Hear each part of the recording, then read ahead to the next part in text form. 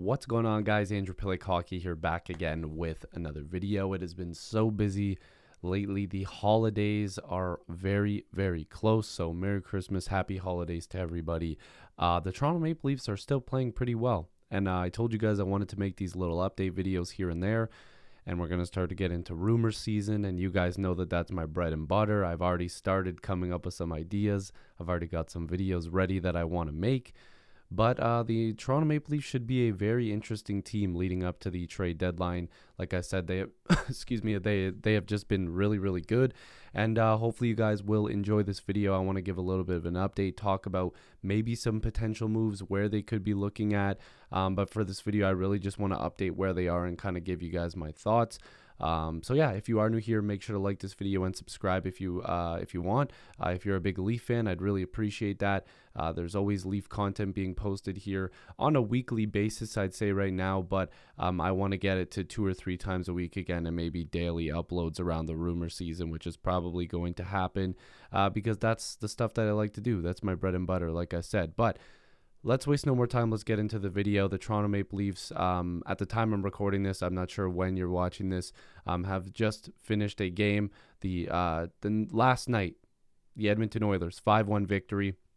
They looked really good defensively. I had to watch it actually this morning in bits and pieces, but I did catch quite a bit of the game because I have something that I watch, somewhere where I watch the replay of the games because I have to go to work early in the morning, so I can't always watch right away.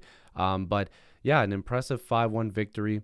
And then now this is what the Leafs stats are looking like, player specific. So I think the Leafs have been really good. Their depth has been so awesome, and that's something that I want to highlight here. Are you guys impressed? And this is kind of why I make these videos. Are you guys more impressed about this team right now, or are you still waiting for the playoffs? Because there's a huge part of me that goes, if they make the playoffs, which they should, obviously it's still early, but you would expect with a team like this that they should make the playoffs. Are you just like, well, they're good, but are they good enough to win a playoff round? What's your expectation right now? What are you thinking right now? Because when you look at this team, what have been the biggest question marks going into this year? Well, are the big guys going to show up every night? Are they going to play really hard? Are they going to put up big points? Well, Mitch Marner's injured right now, but 21 points in 24 games played. I just wanted to at least mention him. Hopefully we get him back sooner than later. I know a lot of people are confused with the long-term injured reserve. They could do that retroactive from when he got injured. So technically it's going to be a little bit less of a timeline than what you're seeing right now. He'll probably come back a little bit sooner than you think. But Austin Matthews, 33 points in 27 games played. I don't know why anybody would have been worried about him. I know there are some people that were upset with his start, which to me seems ridiculous because this guy scores in bunches.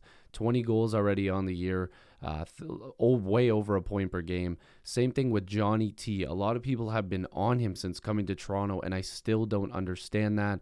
Maybe that's a video that I want to get into. I've touched on it, on multiple occasions, but Johnny T is putting up an over a point per game. He has 13 goals with 19 assists, 32 points in 29 games played. I'm not sure what else you could ask for from this guy. William Nylander, another guy that gets a lot of criticism, has been really big for the Leafs this year. 31 points in 30 games played, over a point per game for a just under $7 million player.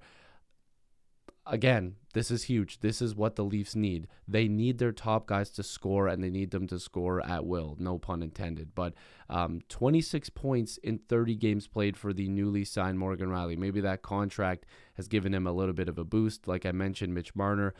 Michael Bunting, who has just been fantastic. 19 points in 30 games played. He's been giving the Leafs a little bit of some chippiness, a little bit of an edge, but he's putting up points when he needs to. Same thing with Kerfoot. He's been unreal. Penalty kill, two-way forward, 16 points in 30 games played. Andre Kasha, what a signing, 15 points in 27 games played. He has been really good depth. Same thing with Jason Spezza. You guys know he always gets it done. Engvall even has 10 points. Simmons has 10 points. Kampf, who, again, a lot of people may not notice everything that he does, but in the face-off dot, he's, again, just a two-way player, not like more offensively. I say two-way player loosely because he's more of a defensive end guy, but he's created a lot of opportunities in the offensive zone, and I think a lot of people would agree he's been awesome. Him and Kasha and just some of the guys that they signed for cheap, like Bunting, just great options. Muzzin's had a bit of a rough year. Same thing with Richie. Sandin is obviously hurt right now. Brody has been fantastic both ways in my eyes. Liljegren's been good since he's come up. The list goes on. Justin Hall's really struggling this year. And, of course, in the crease, Mrazek, who has been injured for most of the season, hasn't had the greatest start to his year, obviously. But Jack Campbell, 23 games played, 1.94 goals against average, and a .937 save percentage. One of the best goaltenders in the league. Every single time you go to play in front of this guy, you're like, oh, damn. Like, this guy is actually going to save our ass again tonight. Like, he's been that good. Like, he's able to play like that. And I'm just super excited that the Leafs are actually putting up points. They're getting goaltending.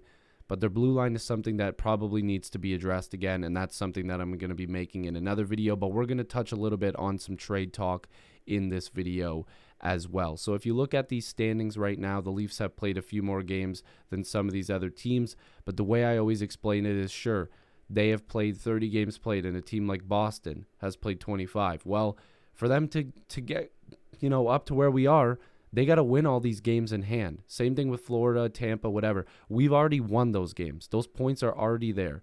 But, for them to get 20 wins and to get over us, they have to win those games. Same thing with Tampa, same thing with Detroit, even though, they're a little bit farther back. But these teams have to win those games. It's not as simple as, oh, well, they're close to us. No, well, they do have to win those games before, we can just say they're better. But by points percentage, Toronto's still a top 3 team in the Eastern Conference, in the Atlantic Division. But definitely something to be excited about if you're a Toronto Maple Leafs fan. Now, just quickly looking at their cap friendly, of course, you've got Marner on LTIR, you've got Rasmus Sandin on the injured reserve, so their cap space and everything like that, we can't really make a video specifically on those things right now. The lineup is not, I didn't adjust the lineup perfectly because I'm just briefly talking about this because I want this to be a topic of discussion for the next video that I make, more than likely the next video that I make. Where's the Leafs' areas of need? Where are they going to address? And for me, it seems to be this blue line here. So they've got Alex Biega called up, but he's probably not going to be doing anything. Rasmus Sandin will be back into the fold. So let's just, for the video's sake, we're just going to, put him down there for now. So this is what the Leafs blue line looks like right now. So Liljegren, I've been saying for a long time, I really like him in the top 4 to see what he's got. And I'm not necessarily okay with Muzzin and Hall because they both haven't been that good this year. But if you add a guy that can play in the top 4, you're going to be strengthening this blue line because now all of a sudden Dermott and Hall and Sandin and Liljegren are all depth guys. And you've been relying on Hall and Liljegren to play in the top 4. If you're able to add a guy beside TJ Brody and Jake Muzzin and Morgan Riley, but more specifically some help for Jake Muzzin, you're going to make this team a lot more deep, which is obviously something that they need to do. Now, with their cap restraints and stuff that they're going to have to deal with, they're going to have to make some corresponding moves. Now, a lot of people would just figure, oh, Kerfoot would have been the odd man out. You can't really do that because of how well he's been playing this year and how much of a two-way forward he is. Do you trade Engvall for cap space? That seems like a logical explanation. By the trade deadline, are you hoping to see if somebody would take Nick Ritchie's $2 million? Or would you want to see if you can add that grit, towards the playoffs? But is that the reason why they signed or they got back Kyle Clifford? Are they just going to go with Clifford and Simmons in the playoffs? I don't know. This is all questions that I want to bring up in future videos, and I want you guys to chime in on. So this is going to be a little bit of a video that I'm making towards the next few videos that I'm making, because I want to talk a lot about trade talk. I want to talk a lot about rumors, because it is going to start to pick up. And I know as Leaf fans, we do talk about it a lot, but it's fun. And every team does it, but Leaf fans, we love to talk about the trade talk and seeing who the Leafs can pick up, even if it's not possible. So if you guys are new here, make sure to like this video and subscribe. I'd really appreciate it. Yeah, hopefully I'll see you in the next video or stream. Peace.